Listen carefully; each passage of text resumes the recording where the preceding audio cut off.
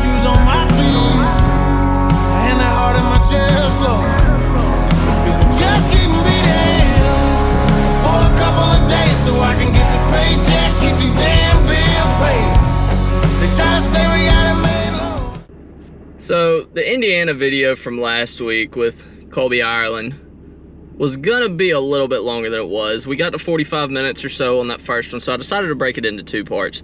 This video here is gonna be my interview. I say interview, just casual conversation with Brian McAfee, which is the other Monty's Plant Food rep up in Indiana, southern Indiana, so kind of in the hills, down in the lower part of the state, right across the Ohio River from Louisville, Kentucky. Hopefully it's a good conversation for y'all to listen to. I know I learned a lot from it. He talks a lot about how they got pushed into no-till practices, how they got away from a lot of what they were doing with conventional tillage, the hard pan that it created, and how they've overcome that over the past 25 or so years, probably longer than that. I think he said the last year that they did conventional tillage in this interview was 1988, so they've been no-till for quite a long time. But thank y'all again for hanging with me, watching the last video. If you made it all the way through it, God bless you. I know it was long, but hopefully y'all enjoy this one. Hopefully there's some good information in there for y'all, and hope you enjoy.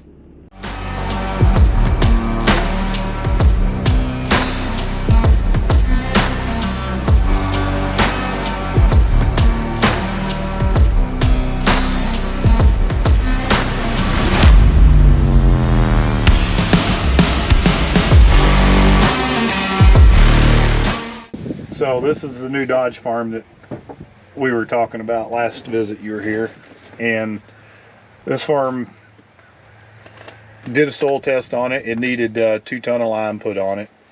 We variable rated that. So the funny part about that is the gentleman that rented it before, it's across the street, he didn't tell our local lime guy, which I'm friends with. We actually spread our own lime. Anyways, I'm sitting at my desk, which I can see out the window over there, and I see lime dust, and I'm like, oh, he's spreading lime next door. And I went, wait a second. He's turning around in our field. I called Trent. I said, Trent, your dad's spreading lime on my field. He goes, oh, I forgot to tell him you bought that. He's like, oh, we'll give it to you. I'm like, no, we're not going to do that. Yeah. I said, if it needed it, it's a variable rate. He said, yeah. So just spread it. You know, it needs it. Right. Let's do it. I'll pay you. So we got this spread. We got lime on it. That was probably February, March time frame. I guess it's 1st March. I spread 2 ton of litter, turkey litter on this. Came in with our full liquid program. Brad and I run 924.3 in KTS. Okay, so go back to your turkey litter real quick. Yes, sir. What nutritional analysis do you typically get out of your turkey litter? That's a great question. We could look it up, but typically around 100 pounds of nitrogen.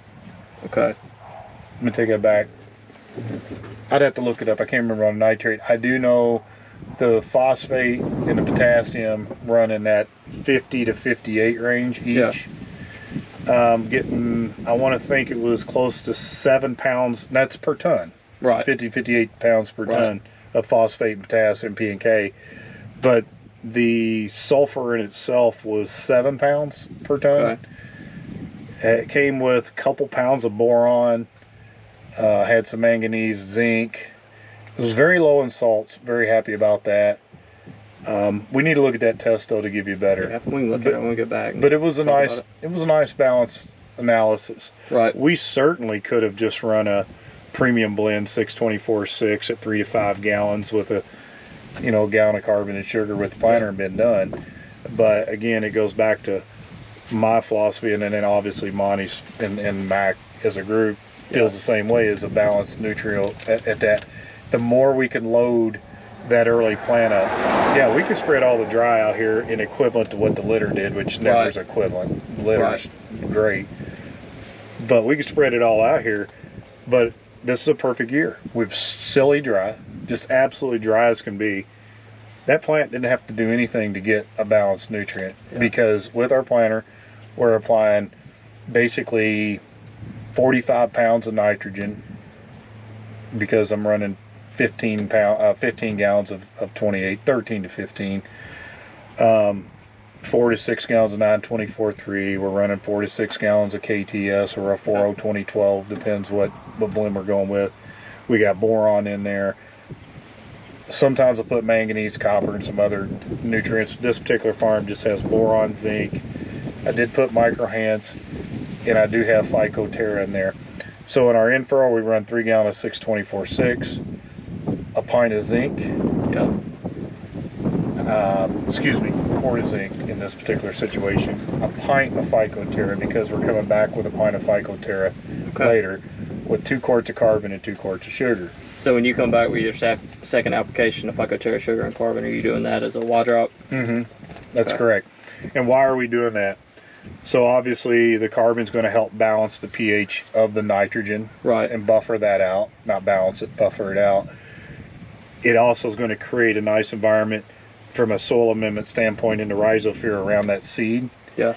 What's the sugar there for? The sugar is going to go in and blow up that biology.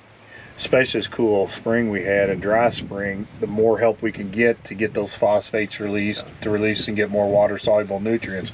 Well, that's fine, but we just talked about this just got lime. I know this field has some pH issues. Right. So if sugars, when we go out there and do it, it blows up over a 24 to 72 hour window, and it pretty much collapses and it's done. And if it's cold and we have slow growth, that phosphate could get tied back up. Yeah. If we have pH issues out there. Yeah. That's where the carbon's beautiful. It comes in on the backside and helps hold those in a water-soluble form longer. Right. So that plant can live longer. And if you look out there, I mean, it's beautiful. It's absolutely even. And you've seen, as we drive around, guys that are running a full dry program. Right. They're struggling this year because there was no heat, there was no moisture to convert that dry fertilizer over to water soluble. Yeah. And especially the guys that ran dry on their planter, they're really, really, really struggling. This area is very good about having a lot of orthophosphate guys versus polyphosphates. We have 3 major blenders of high grade nutrients. I mean, you obviously have Monty's here and 2 other competitors. Right here within say a 90-mile circle. And actually 5 miles from here is one of the biggest companies that sells orthophosphate products outside of Monty's. Right. So with that said, we run in our let's go back to our program. Our in-furrow has 100% orthophosphate, which is our 624-6, which comes with some zinc and sulfur in it. Everything that plant needs. We run it at 3 gallons. We choose 3 gallons because we're really not trying to drive a lot of nutrients into that plant in the in-furrow, because all in-furrow's there for, and I think people lose focus of this, they think they're going to deliver a lot of nutrients in-furrow. In-furrow's there to create even, consistent, healthy emergence. Yeah. We want those plants popping out of the ground at the same time. And by adding that 2 quarts to a gallon of sugar and carbon, 2 quarts a gallon of carbon as well, we give that biology excited. It warms that zone up just a teeny little bit and allows for a nice even emergence. As cold as this was, you can look at it, it's very even. So talking about your in-furrows, getting you set up for even emergence, vigor, things like that, would your 2x2 yield back to that, or is your 2x2 going to come more into play with your longevity as far as nutrient availability in the long run? So great question. Obviously your plant's going to live off of the in-furrow or the seedling itself for that first 6 weeks or so until the nodal roots kick in, and they're going to hit that 2x2. So really my purpose of the 2x2 is V2 to V5. Okay. And why is that?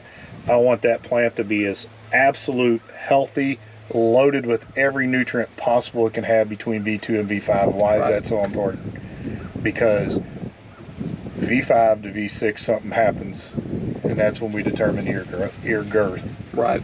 Okay? And the healthier that plant is at V5, the more nutrients it has and the carbs it has within the pith, the better you're going to see. And you're going to stop seeing 12 to 16. You're going to start seeing 16 is disappointing. You're wanting to see 18 and 20s. Right. Occasionally 22s, but 18 and 20s. I understand variety does dictate that to a degree, but I will tell you the one shocking thing I see walking my clientele through Indiana and Michigan in my territory as a rep, the guys that truly do focus on both in-furrow and 2x2 always have more girth on their ears than anybody else. You asked, what about longevity? Yes. Perfect example. Here we are. This corn, I mean, we haven't staged it yet, but I'm going to say it's at 1, 2, 3, 4, 5, 6. We're about V7 right now. So the ear's determined. It had all the nutrients it could ever wanted. This has been wide dropped. It was wide dropped Friday. So yeah, it was wide dropped Friday. Split applying this. Okay. We did come back in with nitrogen and another potassium sulfur product with some boron. We put about 2/3 of our nitrogen need on right now. Put it on right now, and then we'll come back with a split application. And why are we doing that? We don't know what this corn's going to be like. If this weather doesn't change, we'll just leave the nitrogen in the tank, you know, and hold it to next year. But with this recent rain we got, there's no reason why we're not going to plan on that second one. Last year, Clay, when we did a split application with our easy drops, not wide drops, easy drops. Now we'll get a video of that right up the road here where I was doing it yesterday, or day before, excuse me. We seen minimum of 20 bushel difference from where I applied full shot at the same timing last year, and we were very similar to conditions last year in the standpoint. We had plenty of moisture up until about V4. Okay. And then it quit raining. The only difference was it didn't rain from V4 to really until we got to about VT, honestly. Yeah. And so we came back in as this rain started coming back right at about July 7th, 8th, and we started dropping in that last shot of wide drop. And where we didn't, it was a big difference. And guys that, and then I hear the argument all the time, well, I'd rather knife that in. I get that. I understand that because it's in the soil. But as dry as it was last year, and they're knifing maybe in that hard soil, and we're no-till around here. And even guys that work their soil, okay, let's say they get 4 inches, if they're lucky. You think there was moisture of 4 inches last year? And well, you wasn't here, but it wasn't. Right. Those are return games. Yeah, that's the difference y'all are going to have versus what we're doing in the Delta, though, because we're either polypipe irrigated, center pivot irrigated on all of our irrigated land. And land. They can do that. So we're extremely saturated 6 to 8 inches under the surface. So we can go in and we can knife, and that water is going to penetrate deep enough that we're going to get availability out of it. Whereas a lot of your stuff, I'm assuming, is dry land. It's all dry land. So then you run into your solubility problems if you're putting it in the soil versus on top, I guess. Correct. Your mass flow, and you're not getting the mass flow out of it. Certainly, like guys that knifed yesterday, they came in and rolled it in, and we just sold our Blue Jet. We had a 40-10 applicator. Yeah. 17 shank for 16 row. Loved it. Had good results. So I'm gonna tell you, we're almost arguing about minute things, but we're getting down to margins being so tight. I'm just a firm believer that laying those nutrients right along that stalk where that plant can utilize it immediately versus having to go get it. Right. I think if in your situation on pivots, you got plenty of rain, you can get enough mass flow, and you can get those roots. We don't have that ability. But I will argue this with you and you guys down there. You could probably pull back the end units by running a wide drop, lay it on the roots, use the water to work that in, and cut way back. Yeah. Cut way back. And you could also put some phosphorus, and it will get some use out of it. How do we know? Well, we're right here doing 12-week tissue samples, and we monitor this through the year. Yeah, the one thing I will say about us doing a knife application instead of a wide drop or a foliar or something like that is we're knifing before we ever get water on it.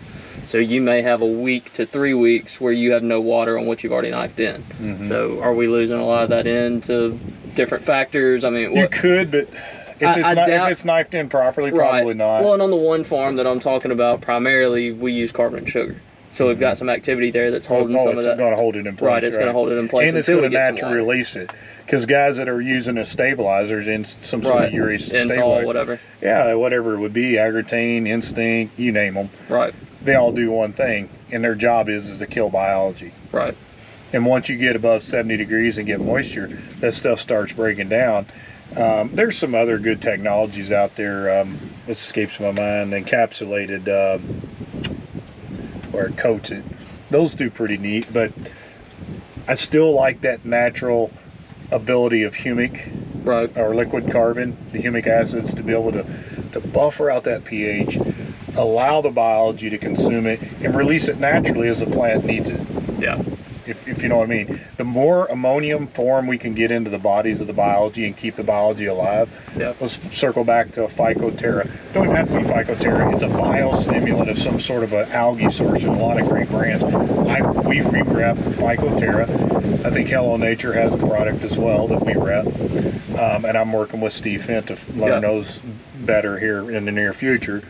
But working with Cassidy with Phycoterra, their product, I really like it because what it does is the sugar, let's go back to in-furrow, we blow that biology up. It collapses over 72 hours, sugar's done what it's done, and it's over with. Phycoterra, it's like, I always equate it to an old John Deere, and John Deere B or an A or whatever, the old school.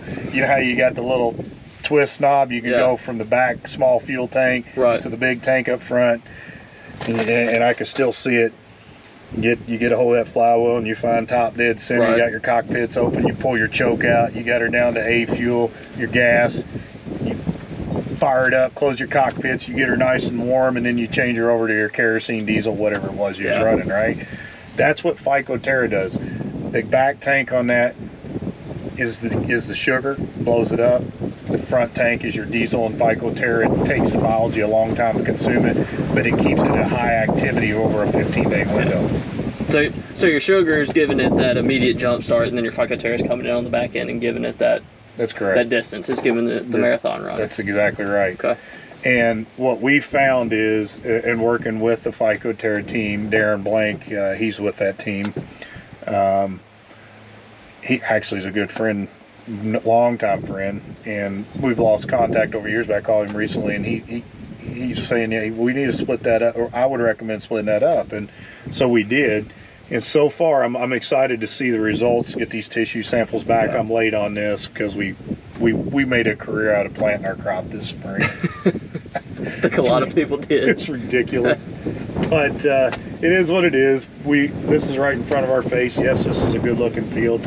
I'm going to show you another couple good-looking fields, but I'm excited. You know, we believe in spoon-feeding our nutrients. Some guys don't have that ability, and I understand that. And when you don't have that ability, then you need to absolutely up your rates of humics, sugars, biostimulants. You know, the whole thing moving forward in the agriculture, in my opinion, Clay, is not how many nutrients we can dump out on the crop. Right. We're going to be forced, from a margin standpoint, from a governmental standpoint. I mean, you know, Paul Miles and those guys over there in the Delmarva and the Maryland, Chesapeake Bay, that whole area over there, guys out west, they're not supposed to spread 100 pounds of phosphate at a certain date, and you got guys up in the Lake Erie watershed, and on and on. Iowa, my understanding is they restrict some nitrogens, and I don't know all the rules, but I know it's coming is where I'm going with that. So the more we can spoon feed, the more we can be more efficient with the nutrients we have. And these top NCGA growers, your Kevin Cobbs, your Terry Vissings, and all the other groups that are out there, they've proven it over and over. I mean, why did NCGA come out this year and announce they're going to do 180-pound nitrogen? Well, there's a reason for that. Because you don't have to pour nitrogen. It's about keeping everything in ratios. Right. Keeping your nitrogen and potassium in the correct ratio, and on and on and on, nitrogen to sulfur. It's no different, you and I. If we get our potassium out of whack, it causes us problems, right? We get any nutrient in our body out of whack, it's no different than a corn plant. And if we don't have the assistance of the biology, it's tough. And the one thing, Clay, I'll tell you, that you probably don't know, you've only been to our operation a couple times, but I think the last time our operation's right there, Dad farmed this back in the 80s, and I think we lost it to a competitor, which was salty because my house is literally right there. You stare at it sitting on the front porch drinking your coffee every morning. Yeah, the people that owned it before thought that when our popcorn business burnt down that we would pay our bills, and Yeah. people were saying that we wouldn't. And You'll have to tell that story later. yeah, That's an interesting story. but anyways, they came in and got it.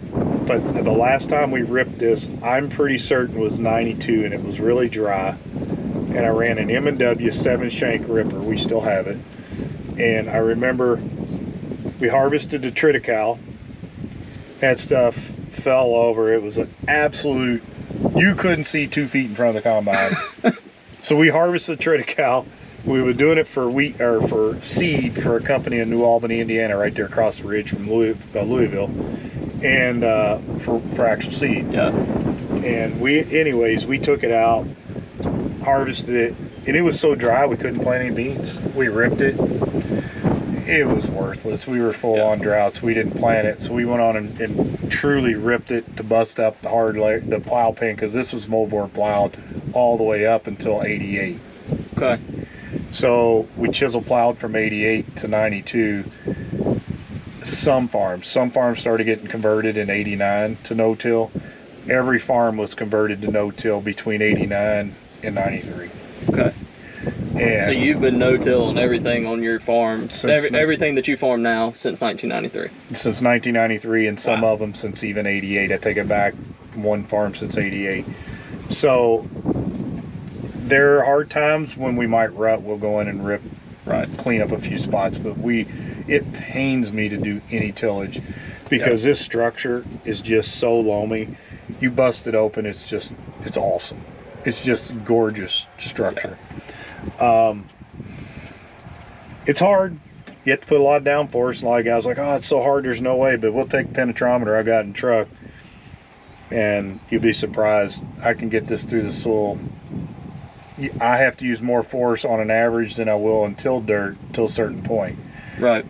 And what I mean by a certain point, either a certain point can be depth where the plow shear was, whatever tillage tool they were using, whether it was a moldboard, whether it was a chisel plow, whether it was a disc, that level's going to change. We have that density layer, and those roots will hit it and just grow out. Right. And we still have that density layer from a moldboard plow, but it's getting better with the incorporation of cover crops, turnips, radishes, those type of things. And then of course our carbon is a great product.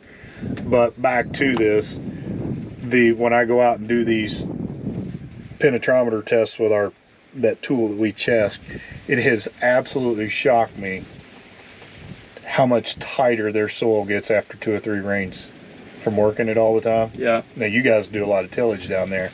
Yeah, which a lot of our tillage work goes back to just having to keep labor on board so that you have folks come back the next year. Yeah. We wouldn't till if we harvested crops all the way through November, but 9 times out of 10 we're done late September, early October.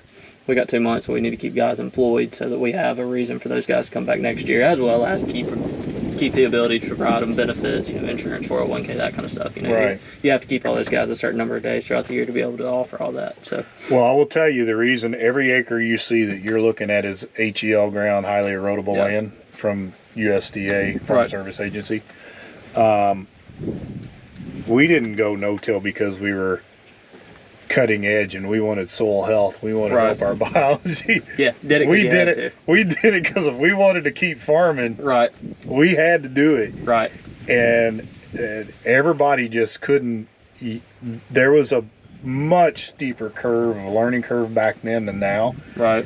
And most guys converted farms like 25% of their acres, just converted them slowly. Now that curve can be what I mean by curve is your first year you usually have no lag in yield of no-till. Second year you get a pretty significant lag. The third year is really steep. Fourth year you start coming back, fifth, and so forth. Now that dip is more like you'll see a little lag second, kind of even off third and come back out. And that's because we have so many great products, so many great tools. You have planters that can plant better. We're doing a good job of using digesters, in other words, humitil in the fall to break up the biology, which then helps the soil amendment. How many times we circle back to biology in this conversation? Yeah. It's biology. Right. I really feel that Monty's has been on the cutting edge of the biology with some of the tools we have. And we've got so much to learn. Even guys that's all they do is biology, and that's certainly not what we do at Monty's, Right. but we definitely incorporate a lot of it. We're on the pioneering edge. Well, and I'll piss some people off when I say this, especially if it makes it into the video, but a Mississippi farmer has done the same thing since at least 1985, if not longer. We are so competent and comfortable where we're at now that it's hard for us to make a change. It worked for our dads, it worked for our granddads, why would we change it? Yeah. You know, and not to say that there's not farmers in Mississippi that aren't more on the cutting edge, but we haven't been forced to make a change yet. Whereas some folks, like as in you were saying with yourself in this farm, you have been forced to make a change. We're not to that point yet. So as we start working towards that, yeah, we'll see change more significantly then, but at this point, it's just finding the guys that are willing to try the products, willing to look at it, things from a different point of view and give something a chance. You know, everything in the world is about ROI. If I put $10 out, am I going to get $10 back? And that's something that we as Monty's haven't proven yet in the Southeast, and that's what my job is at this point, I feel like, to make that point. So I agree with you. As a farmer, we have to, from a good business standpoint, we need to have ROI about Right. basically every product we have. I think most farmers, though, are generational in thinking and understanding that we didn't get to where we're at overnight. Right. And most producers, I want to say farmers, producers, whether you're a hobby producer or a multi corporation type producer, they know that some of the things we're doing with the soil are not instant, immediate Right. gratification. Those guys are always those guys that are chasing that immediate, I want 20 bushels now. Yeah. You might hit it one year. You might get all the right conditions, and that thing you did make that difference. Yeah. It's incremental returns. Now, obviously, if you've done something 2 or 3 years and you're not seeing any return in any form, whether Right. it's soil structure, whether it's plant health, ultimately we want it back to yield. But Right. if you're not seeing any of those things, then you have to ask yourself, okay, what do I need to change next? Yeah. But like carbon, for example, yeah, we certainly feel, and we do see, our research has shown over and over, carbon and sugar together work individually, work great, each one Right. individually. You put them together, they synergistically work great. Yeah. But there's some soils that are so bad that you put our product out, we look like a rock star. Right. You got some soils that are really good, and you put our products out, you might see some just incremental steps, right? Then that's where we start thinking, okay, if you got really good soils, how about we start let's take it to the next level. Instead of putting all your in at this time, let's do this. Right. And let's use carbon to buffer those, whereas buffer the pH of that product versus the pH of the soil. Yeah. Because you already have your pH right in your soil. You already have, I mean, even guys that have their tests come back and show that their pH is right, there's hot spots in the field. Yeah. Always sure. will be. Right. That's why guys that are going down to 1 acre grids. I've even heard guys smaller than that, which I don't know how you can afford it, but could you imagine doing half-acre grids? I mean, honestly, if you're down to 5 acres, okay, it's great. Right. I like a 1 acre. I understand zone gridding and all those, but the point is there's variability in everything we do. Let's run out here and get these samples real quick. All right, everybody. We are done with the Indiana trip. We're going to be back in Mississippi, Alabama for the next couple videos. So thank y'all for staying tuned with me through the Indiana trip. We'll be back in the Southeast in the next couple videos. Hope y'all enjoy, and thanks for watching.